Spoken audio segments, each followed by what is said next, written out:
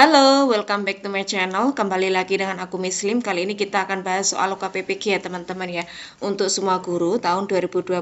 Kali ini tentang PCK ya teman-teman ya. Pedagogical Content Knowledge. Apa itu PCK ya teman-teman ya. Kemarin saya sudah beritahu di video sebelumnya ya. PCK itu penjelasannya itu mengenai strategi pembelajaran yang efektif untuk mengatasi kesulitan siswa ya teman-teman ya. Fokus utama apa? Pada penggunaan metode yang memfasilitasi pemahaman konsep secara praktis dan visual. Seperti itu ya teman-teman ya. Yuk yang belum subscribe silahkan subscribe, pantengin terus soal dari aku.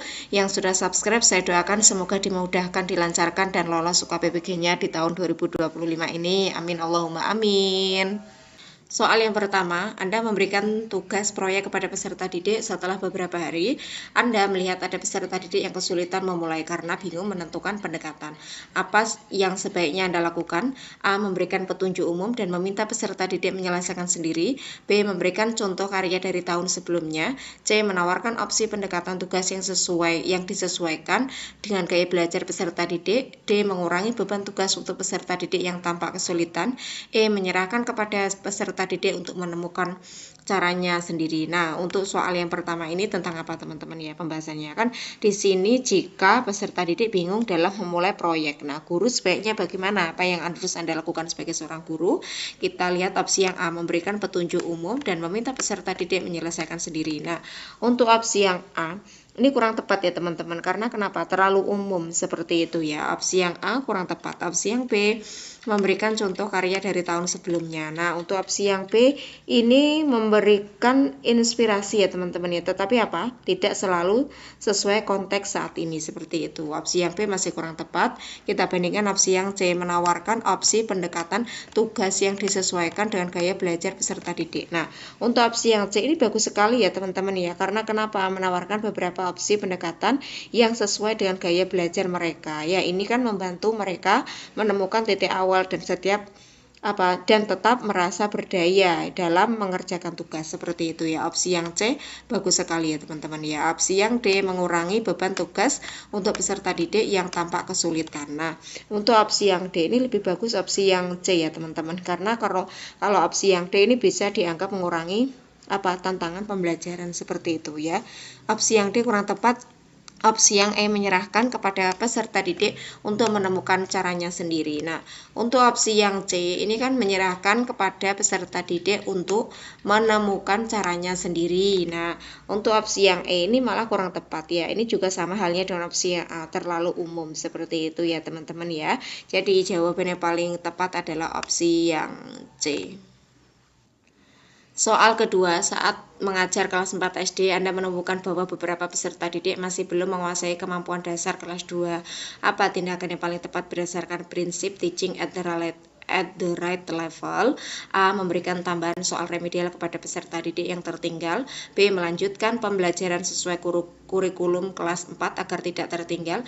C. Memberikan soal latihan kepada seluruh peserta didik berdasarkan materi kelas 4. D. Mengelompokkan peserta didik sesuai tingkat penguasaan materi untuk pembelajaran yang sesuai. E. Menyarankan kepada orang tua untuk memberikan les tambahan. Nah, untuk soal kedua ini tentang dalam prinsip apa teman-teman? Teaching at the right level ya teman-teman ya. Nah, guru perlu menyesuaikan materi dengan kemampuan peserta didik. Nah, oleh karena itu tindakan terbaik adalah apa teman-teman? Kita lihat untuk opsi yang A, memberikan tambahan soal remedial kepada peserta didik yang tertinggal. Nah, untuk opsi yang A ini kurang tepat ya teman-teman ya, karena kenapa? Opsi A ini tidak mengatasi kesenjangan kemampuan seperti itu ya. Opsi yang A kurang tepat. Opsi yang B melanjutkan pembelajaran sesuai kurikulum kelas 4 agar tidak tertinggal. Nah, untuk opsi yang B ini opsi yang B di sini itu terlalu mengabaikan kondisi aktual peserta didik ya teman-teman ya, kurang tepat juga. Opsi yang C memberikan soal latihan kepada seluruh peserta didik berdasarkan materi kelas 4. Nah, padahal di sini kelas 4 itu masih belum menguasai kemampuan dasar kelas 2 ya teman-teman ya.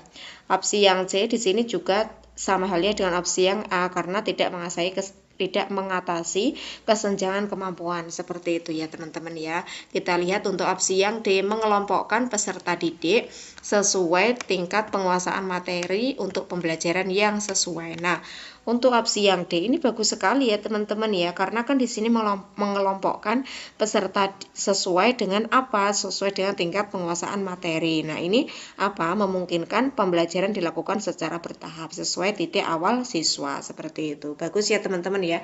Opsi yang D. Opsi yang C menyarankan kepada orang tua untuk memberikan les tambahan. Nah, untuk opsi yang E ini sama halnya dengan opsi yang B, terlalu mengabaikan kondisi aktual peserta didik, seperti itu ya teman-teman ya. Jadi nomor 2 ini jawaban yang paling tepat adalah opsi yang D. Soal ketiga, Anda sedang menyusun asesmen formatif untuk materi yang baru saja diajarkan dalam pendekatan understanding by design. Apa prinsip yang harus Anda perhatikan dalam merancang asesmen ini? A. Asesmen harus bersifat tertulis dan mudah diperiksa.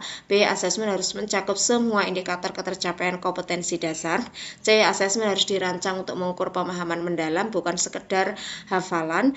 D. Asesmen sebaiknya berupa pilihan ganda untuk objektivitas. E. Asesmen dibuat berdasarkan jumlah soal dalam buku guru. Nah, untuk di soal ketiga ini kan dalam pendekatan UBD atau understanding by design ya teman-teman ya. Nah, asesmen formatif harus dirancang untuk apa? Lah, seperti itu ya. Opsi yang A, asesmen harus bersifat tertulis dan mudah diperiksa. Nah, untuk opsi yang A ini kurang tepat ya teman-teman, karena apa? Terlalu fokus pada format atau teknis, seperti itu. Opsi yang A masih kurang tepat. Opsi yang B, asesmen harus mencakup semua indikator ketercapaian kompetensi dasar. Nah, untuk opsi yang B ini sama halnya dengan opsi yang A ya teman-teman ya, terlalu fokus juga pada format atau teknis, seperti itu. Opsi yang C, asesmen harus dirancang untuk mengukur pemahaman mendalam, bukan sekedar hafalan. Nah, untuk opsi yang C ini lebih bagus ya teman-teman ya daripada opsi B dan A, karena opsi yang C di sini kan mengukur pemahaman mendalam, bukan sekedar hafalan. Hal ini memastikan apa? Bahwa peserta didik benar-benar memahami konsep inti dari materi, seperti itu ya. Opsi yang D, asesmen sebaiknya berupa pilihan ganda untuk objektivitas. Nah, untuk opsi yang D ini juga sama halnya dengan opsi A dan B ya. Terlalu fokus pada format atau teknis juga, seperti itu ya teman-teman ya.